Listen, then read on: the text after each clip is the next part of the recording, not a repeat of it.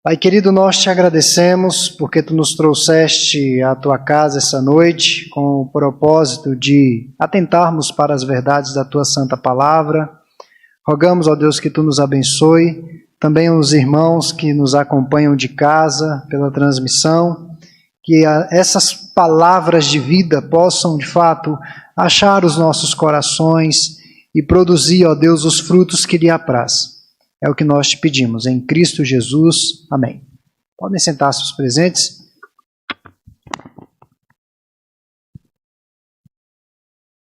Nós vamos dar sequência à nossa exposição. Romanos, capítulo 6, verso 15 a 18. De Paulo projetar aqui para os presentes a primeira parte aí, isso. Romanos, capítulo 6, verso 15 a 18.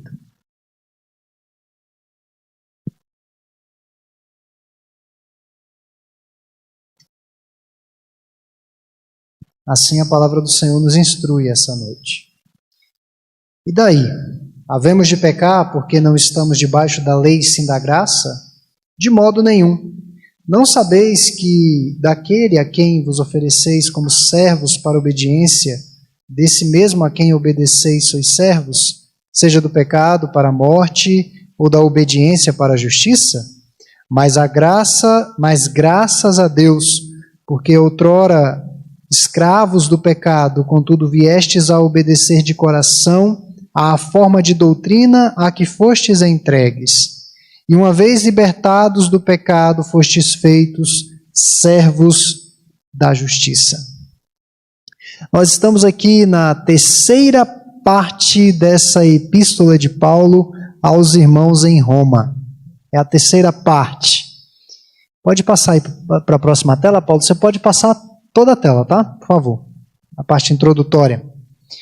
E nesta parte, Paulo está aqui fazendo algumas perguntas que nós chamamos de perguntas retóricas. A pergunta retórica já traz em si a resposta. Seria mais ou menos uma ironia ou coisa dessa natureza. Paulo está fazendo aqui perguntas retóricas. Ele meio que antecipa possíveis indagações, perguntas e dúvidas dos seus opositores ou dos seus leitores e procura já de pronto responder a essas indagações. É como se esvaziasse questões de possíveis oponentes ao que Paulo estava escrevendo àquelas igrejas.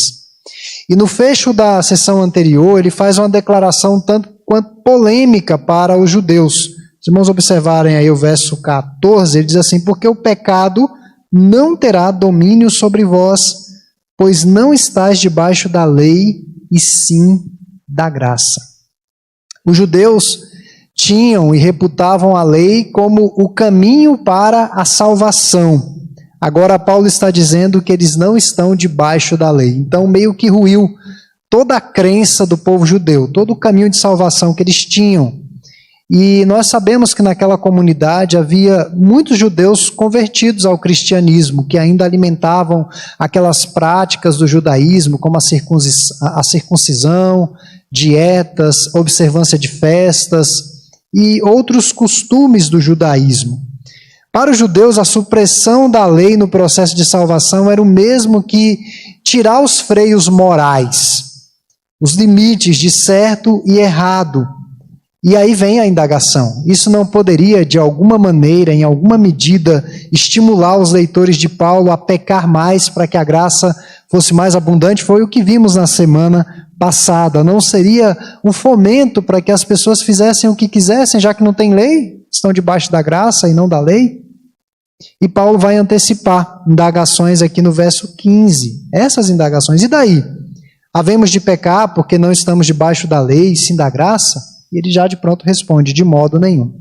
Pode passar para a próxima, por favor, Paulo? 2 princípios de vida. Verso 15, nós vemos aí. É fundamental compreender o que Paulo está entendendo por estar debaixo da lei e debaixo da graça. E por que essa declaração iria provocar uma reação tão enérgica e tão repulsiva por parte de alguns ouvintes, em particular os judeus. O que significa estar debaixo da lei, na concepção paulina? Conforme não apenas a epístola de Romano, aos Romanos, mas toda a Escritura, a lei é a revelação escrita de Deus à nação de Israel por meio de Moisés. Foi Moisés quem recebeu as tábuas da lei no Monte Sinai e basicamente consistia em ordenanças de natureza civil, cerimonial e moral. A lei cerimonial, lei dos sacrifícios, lei dos sacerdotes, a manutenção do templo, está tudo registrado no livro de Levítico, especialmente o livro de Levítico. A lei civil eram leis referentes à guerra, à propriedade, herdeiros, herança, casamento. E a lei moral são os 10 mandamentos, uma exposição que nós vamos fazer ainda aos domingos à noite, sobre os 10 mandamentos para o século 21. Depois que terminarmos a primeira epístola de Pedro, nós já ingressaremos nessa exposição. E tudo isso Deus deu a Moisés do alto do Monte Sinai para que ele pudesse dispor ou transmitir isso ao povo hebreu. A lei mosaica estava gravada no coração piedoso de todo judeu. Todo judeu gravava a lei mosaica.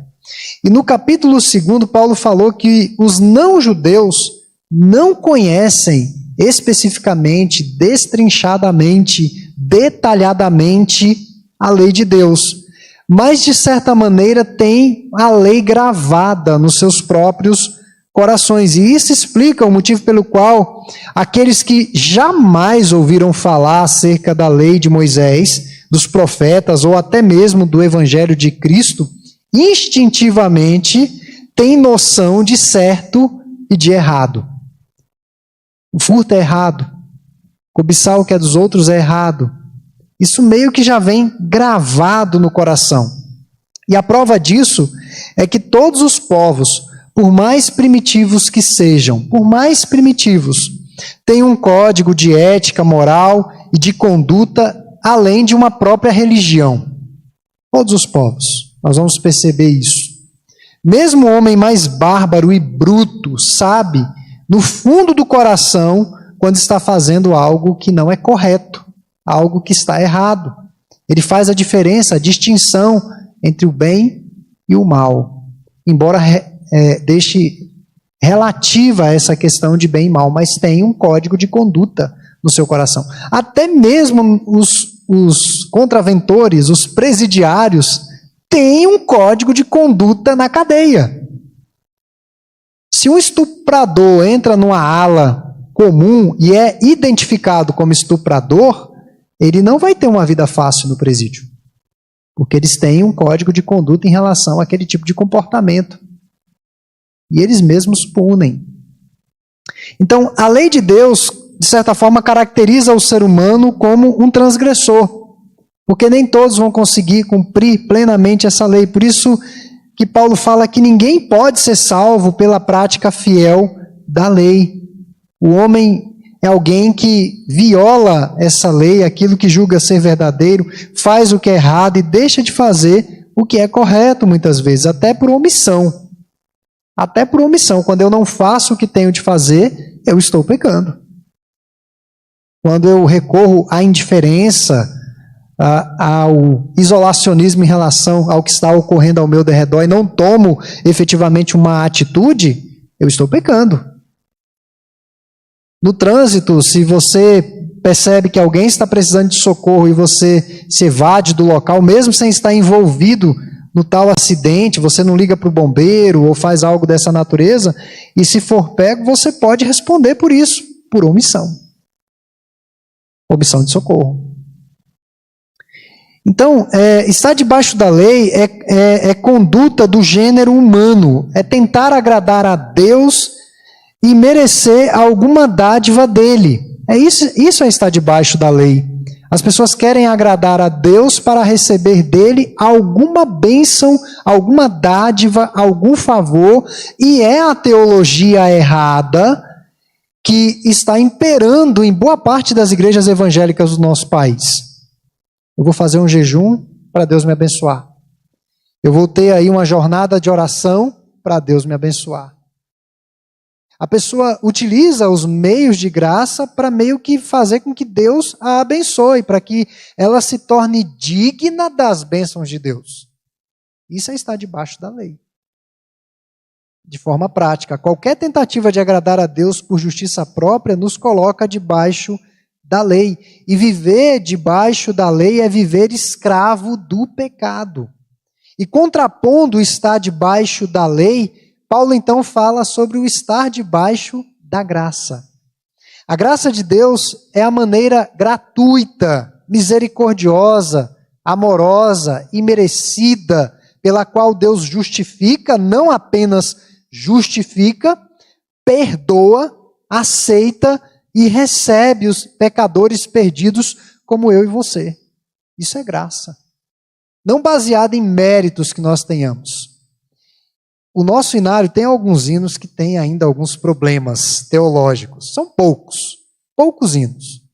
Prevalece bons hinos, boa teologia. Dentre esses hinos de boa teologia, eu destaco um que o autor diz assim: eu não sei o porquê que Deus me amou. Eu não sei. Se eu for olhar para o meu coração, para a minha vida pregressa, para as minhas ações, até mesmo algumas ações hoje, eu não vou entender por que que Deus me amou. Por que que Deus entregou o seu próprio filho para morrer em meu favor numa cruz. Eu não sei. Mas ele diz: eu sei em quem tenho crido e eu sei que ele é poderoso. É poderoso para guardar o meu depósito até aquele dia, para consumar a salvação em minha vida. Então, chama-se graça porque Deus a concede gratuitamente, sem exigir que o homem cumpra obras da lei.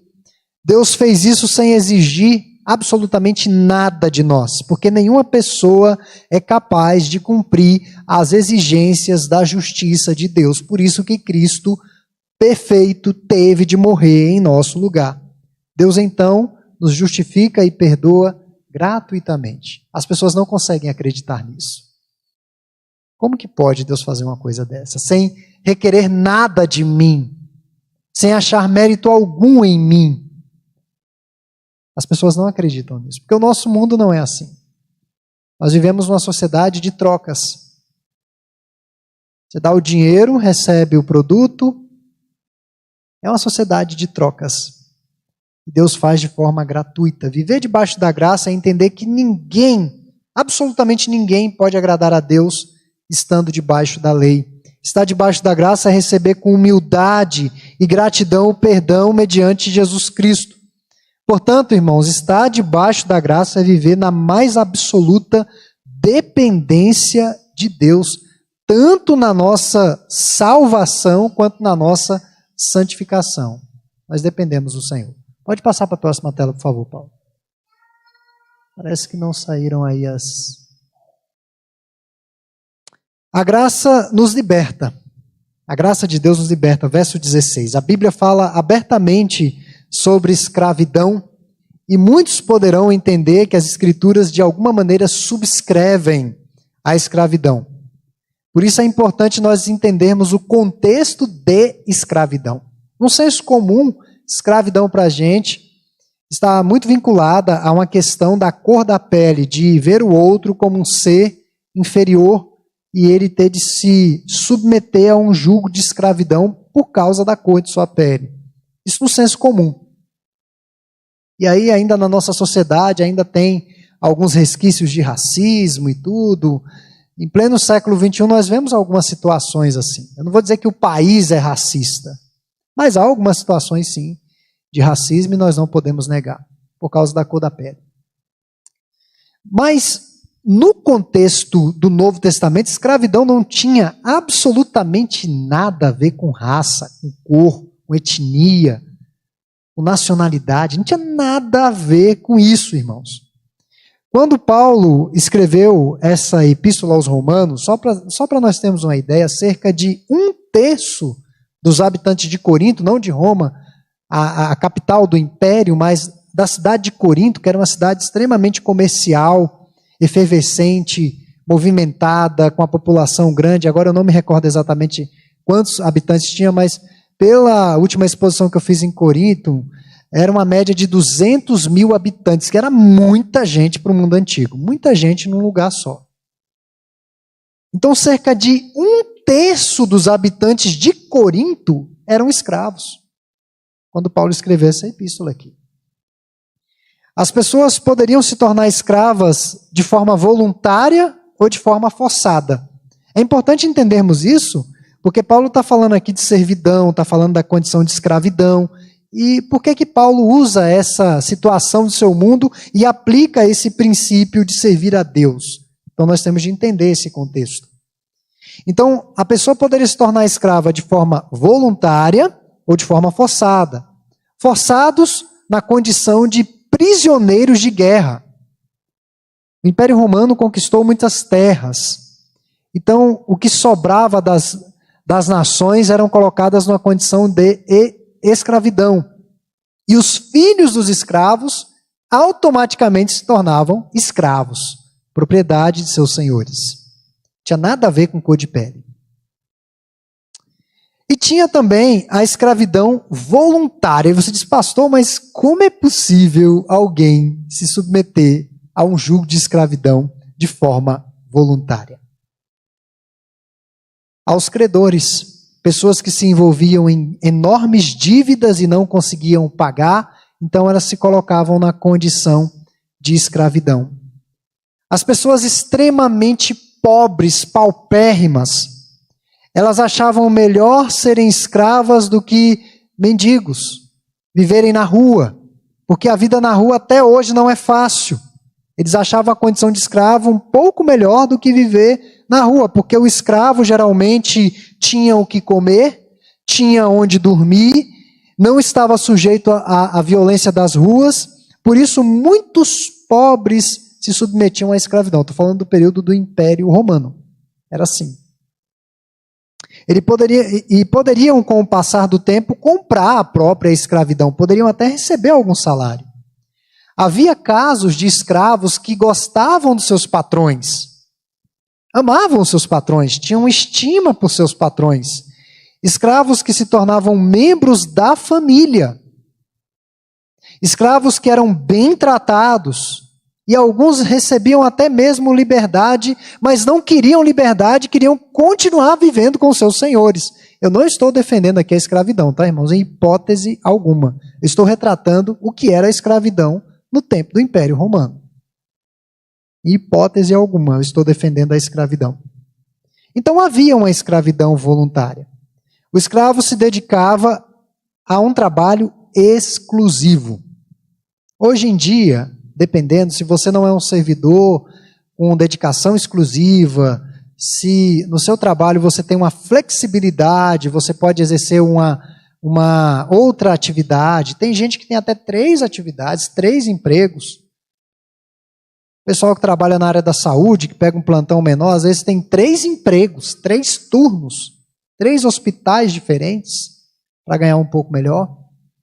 Então, hoje você tem essa flexibilidade de trabalhar em vários empregos. O escravo não tinha essa condição de servir a 2 senhores. Por isso que Jesus também utiliza essa questão da escravidão do tempo e diz, olha, ninguém pode servir a 2 senhores. Porque uma hora você vai agradar a um e desagradar a outro. Isso é impossível. O escravo dedicava seus bens, suas forças, o seu corpo para servir ao seu Senhor. E aqui chegamos no ponto que Paulo quer aplicar. Paulo não está defendendo a escravidão. Ele está usando algo que era praticado no contexto da sua época para falar de uma verdade espiritual. Quem serve ao pecado não poderá servir a Deus. É isso que Paulo quer dizer aqui.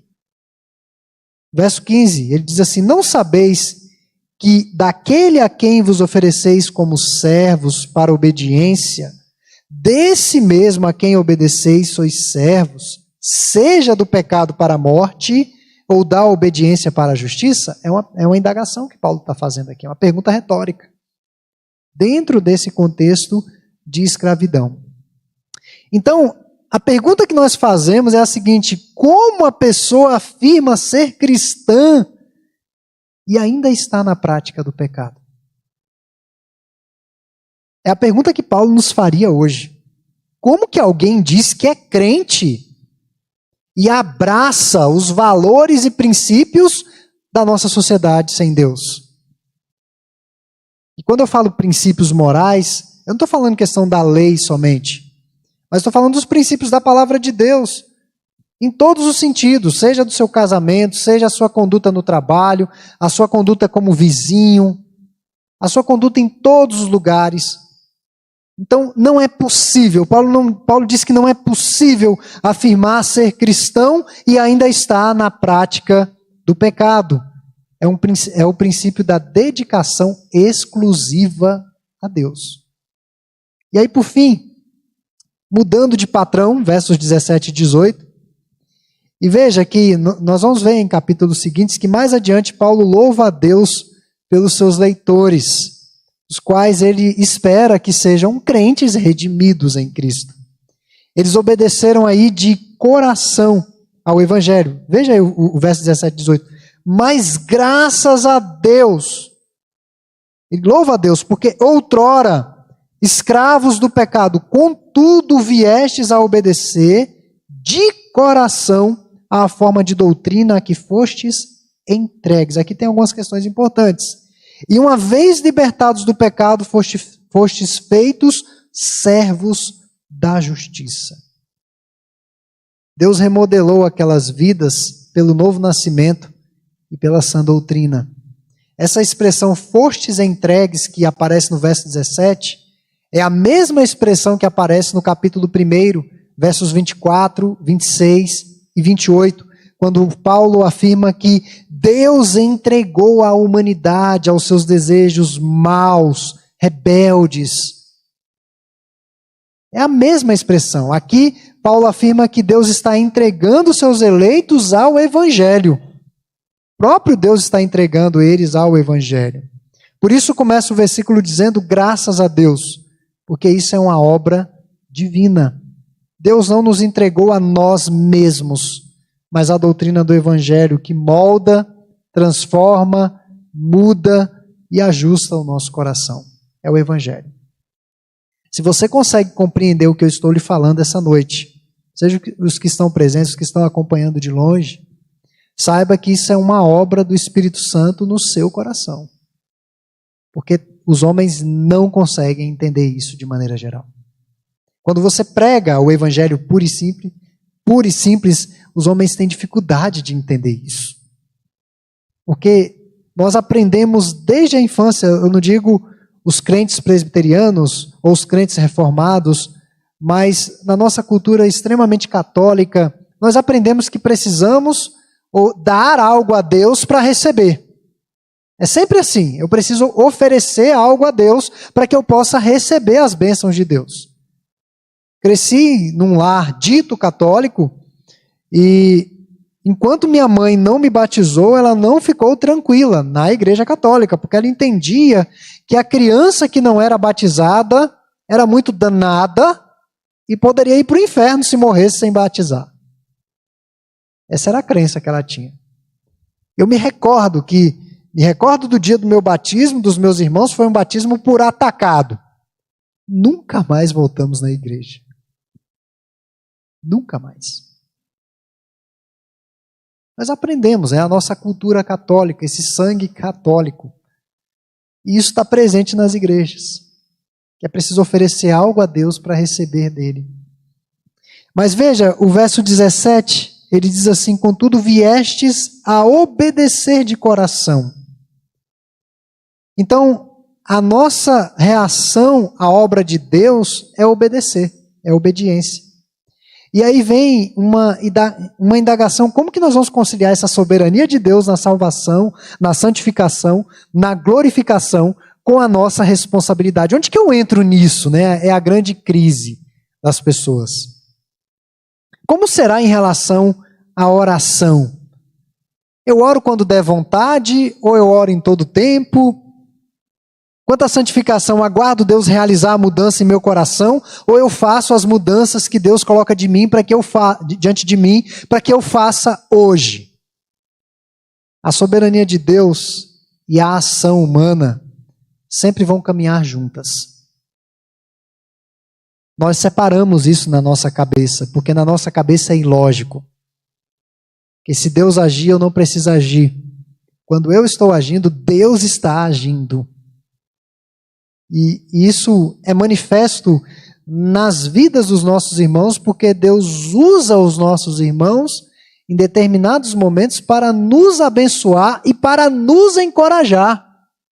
Não necessariamente Deus vai trovejar dos céus com a voz de locutor, mas Deus usa um irmão ou irmã para te encorajar na vida cristã. Então a soberania de Deus está junto com a ação humana.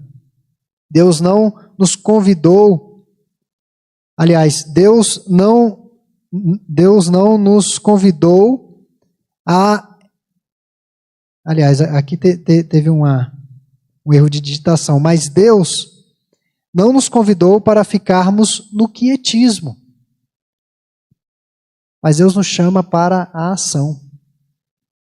Se eu digo que sou crente presbiteriano, reformado, e vem uma situação que foi provocada por mim mesmo, por minhas ações, e eu responsabilizo Deus, porque Deus quis, e entro num fatalismo, isso daí não é teologia bíblica.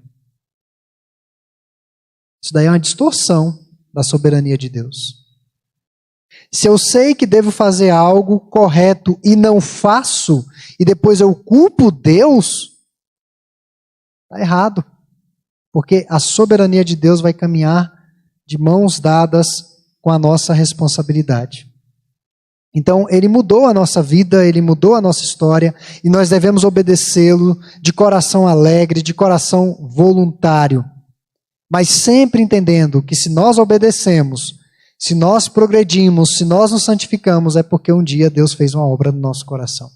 Nunca é por mérito nosso. Se Deus está me dando alegria, se Deus está me dando disposição, se Deus está me dando inteligência, capacidade, discernimento, a glória é sempre dele, nunca minha. Eu sou apenas um instrumento. Um violão colocado ali, de per si, não vai fazer muita coisa. Mas a depender das mãos que segurem o violão e toquem aquele violão, pode sair uma bela melodia. Da mesma forma o piano. Esse piano é belíssimo. Mas se esse piano estivesse na minha casa, seria um elefante branco. Porque eu não toco nada. Não ia sair som algum. Nós somos apenas um instrumento nas mãos do Senhor. Estamos à disposição dele para servir. Então, nas considerações finais aí do nosso estudo, o aprendizado dessa passagem muito nos ajuda na nossa vida cristã prática. Quando você está orando, e guarde isso no seu coração, quando você se coloca em oração, Deus está agindo. Quando você está se santificando e obedecendo, Deus está agindo. Não é aquela questão de que eu faço a minha parte para depois Deus fazer a parte dele. As duas coisas andam juntas. Não é uma questão de ação e reação, é a mesma coisa. A ação soberana de Deus e a minha ação é a mesma coisa. Quer saber se é salvo? Então sua vida tem que estar mais santa. Tem que haver mudança. Se não há mudança, tem alguma coisa errada aí nesse processo. Quando for tentado a pecar, busque a graça de Deus e se negue a se submeter novamente ao jugo de escravidão do pecado. Se eventualmente caiu, não desanime.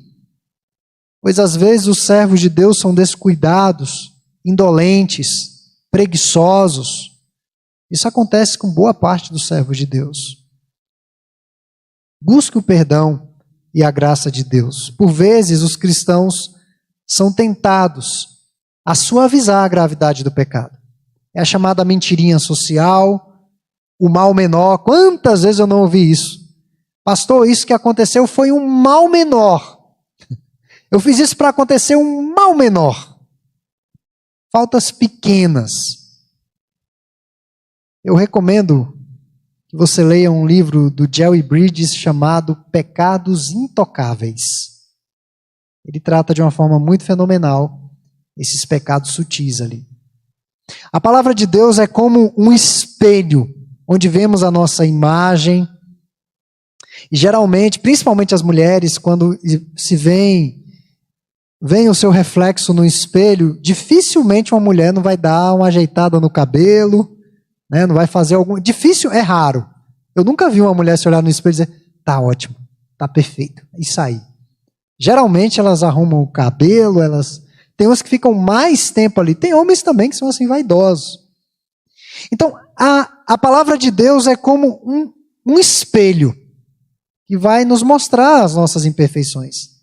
Não adianta nada você levantar-se de manhã, tá lá na pia lavando o rosto, você olha no espelho, tá aquela cara toda amassada, toda amarrotada, e você não dá aquela limpeza. Não, você chega lá de manhã, olha a sua cara amarrotada, o cabelo desgrenhado, pensa assim, tá ótimo, ficar assim mesmo, tá maravilhoso. Não, é preciso fazer alguma coisa. Precisa dar uma organizada, pentear o cabelo, lavar o rosto, né? E alguns os homens fazem a barba, enfim. Não adianta nada eu estar diante da palavra de Deus, ver o meu reflexo e não mudar nada. É inútil. O que vai adiantar? Deus nos confrontar e nós não mudarmos. E aí, eu como pastor tenho de lidar com situações N de cristãos que estão só diante do espelho, mas não mudam nada. Eu hoje, assim, ainda me escandalizo com algumas situações, mas a maioria não. A maioria não.